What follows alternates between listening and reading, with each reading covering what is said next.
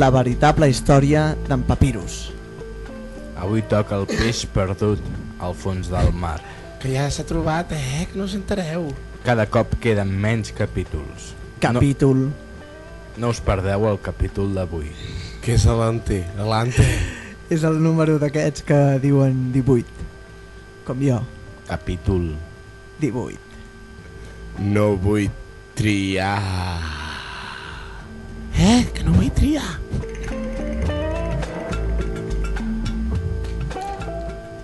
En el capítol anterior, els 5 membres de la nostra particular expedició abandonaren Llavaneres després de comprovar que els pares d'en Toby s'havien venut la cova, on anaven a passar les vacances, i havien marxat als mars del Carib en busca d'una nova vida. Ara ja sí, definitivament, havien decidit anar tots junts fins al camp de refugiats a la Creu Blava, on estava el pare d'en Papirus, ja que cap d'ells tenia res millor a fer en els propers anys de vida.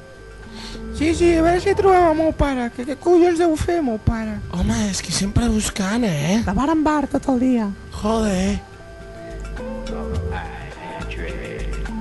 Coincidències de la vida, mentre nadaven Mediterrani enllà, en Rowling es quedà una miqueta enrederit, mentre es feia un mallet d'amagat perquè la mare d'en Papirus no el veiés. Imagina't què podria arribar a pensar la Margarida. En paper de plàstic, perquè no es mulli. Escolta'm, Rowling! Que encara t'emporres? No. Déu meu, això és el que podia arribar a pensar la Margarida. Jo aquest fill que tinc no és normal. No, que en Rowling no és fill teu. Com si fos fill meu. Què passa? Jo sóc jo, visc jo.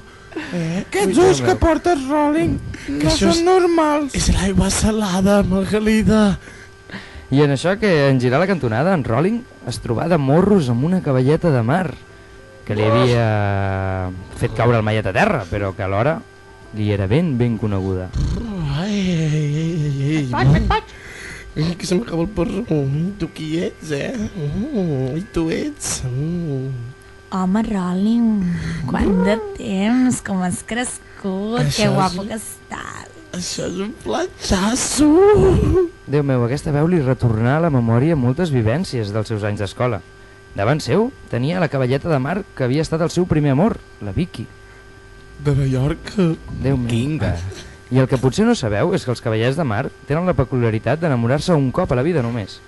Una parelleta de cavallets, un cop es declaren l'amor un a l'altre, ja no es separen mai més. I si un arribés a faltar, doncs l'altre acaba morint de soledat o d'avorriment. Jo pensava que quedaven units pel cul. No, això passa de veritat en els cavallets, I per què us explico tot això? Doncs perquè allà la tenia, davant seu, aquella mitja taronja a la que mai havia pogut declarar el seu amor. Aquella cavalleta que quan feien segon d'ESO va marxar amb els seus pares cap al mar del nord, perquè ells eren del Blue Peace, com el Greenpeace, però del mar. I estaven en una campanya per salvar les tonyines. Déu meu, des de llavors en Rowling no havia sapigut res del seu amor. Ai, quina dona. Anava ple. Déu meu, Quina ella, dona. la Vicky, quan va fer els 18 va decidir tornar cap al Mediterrani, perquè ja n'estava fart dels Greenpeace, dels Blue Peace, perdó. Allà tocava més el sol. Per buscar una miqueta de tranquil·litat en aquests mars, però la falta de menjar havia fet decidir de tornar amb els seus pares, 2 anys després. I en el camí aquest de tornada doncs es trobava en Rowling, coincidències de la vida o del destí, que és molt capritxós, no se sap, es van preguntar els dos. El fet de trobar-se allà, en aquella circumstància, en aquella àrea de servei perduda al mig del no-res, va fer sentir la necessitat als dos cavallets de passar el resto de la seva vida junts, un al costat de l'altre. Però i la comunitat del Retonto, què passarà amb ella? En Rowling no volia separar-se d'ells. Què faig? Què faig? Li tirarà la tita o el cor? Rowling, agafa una moneda i tira-la a l'aigua. No, que me l'enganxo a la comunitat. La resta de components, al veure que en Rowling no hi era, van tornar enrere, a veure on s'havia quedat aquest, el pobre enrederit. I al comprovar que estava acompanyat, van entendre que la decisió ja estava presa. És conegut arreu dels mars i per tots els animals que els amors més fidels són els que viuen als cavallets de mar. I així va ser. Quan els joves animalons es van acostar, en Rowling ja tenia la decisió presa. Hola, bones. Mireu, us presento a la Vicky, el meu amor platònic de tota la vida. És el teu amor plàcton. Sí, amor plàcton. Menja plàcton també, sí. Us he de dir que no sé què fer, no puc venir amb vosaltres perquè ja no vol, és una mica amargada. he decidit que vull passar el rest de la meva vida amb ella i amb la Vicky al seu costat. Amb dues, amb la Emma. Imagina't. I amb la Emma. Ja m'ha dit, ja m'ha arribat el moment. Soc bé ja, m'haig de casar.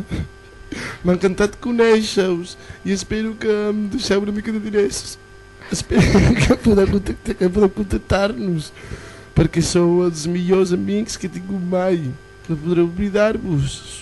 Els diners tampoc. Us convidaré al meu casament, El meu en Ròlic no va ser capaç de seguir parlant, no? Ja el sentiu. Amb les llàgrimes li tapaven la boca. Estic enamorat, Vicky, digue'm. Tremolen les ungles. Déu meu, la resta de membres entengueren la seva decisió. Tot i que els hi costés adaptar, potser ja no tornarien a veure mai més el cavallet Rowling. Amb ell havien crescut, havien disfrutat, havien patit molt, però, bueno, havien d'entendre la seva decisió. Bueno, Rowling, carinyo, merci per tot. I quan trobeu una bona cova, feu-m'ho saber. No sé, a veure, amb això del mòbil, un SMS, Sí, o el que sigui, o Sí, internet. sí, no et preocupis, Papirus, pare meu. Pare meu. No, ta mare és la Margalida, que no ho sap. És un conte. És estat una fàbula. Molta sort i ja us enviaré la invitació del meu casament, I donaré records al teu pare i a la mare. Digue-li que tu no fumes. Sí, ja li Com diré. fumo jo. Ja li diré que ho has deixat. I amb totes aquestes paraules s'acomiadaren després de totes aquestes aventures i agafaren direccions oposades. I la setmana vinent la comunitat del Retonto arriba al camp dels refugiats i coneixeran el terrible alcalde, en Fidel Dolçat. Tot això i molt més en el següent i penúltim capítol de... La veritable història d'en Papirus. El peix perdut al fons del mar. I fins la setmana que ve.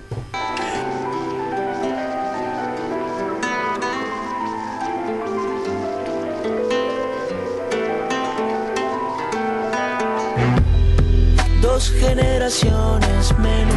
I després d'aquesta locura i del conte del Papirus, una miqueta de Jorge Drexler.